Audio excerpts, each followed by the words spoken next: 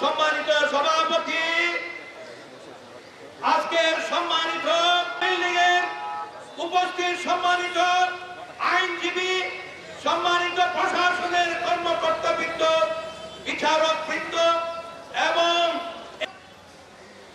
জুলাই বিপ্লবের মধ্য দিয়ে আমরা একটি নতুন বাংলাদেশ পেয়েছি। এই বাংলাদেশ এমনিতে আসে নাই, রক্তক্ষয়ী সংগ্রামের মধ্য দিয়ে অনেক ছাত্র শ্রমিক জনতার রক্তদান, জীবনদান এবং হাজার হাজার মানুষের আহত এবং বন্ধুত্ব বরণের মধ্য দিয়ে আমরা এই বাংলাদেশ পেয়েছি।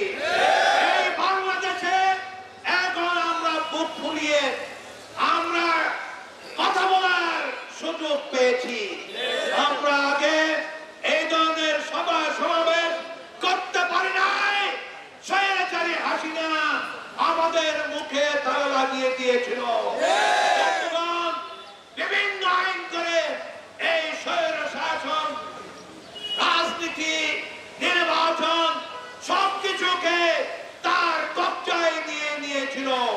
বাংলাদেশে কোন নির্বাচন হয়নি শেখ হাসিনার আমলে। জনগণ তাদের ভোটাধিকার সম্পূর্ণরূপে হারিয়ে ফেলেছিল।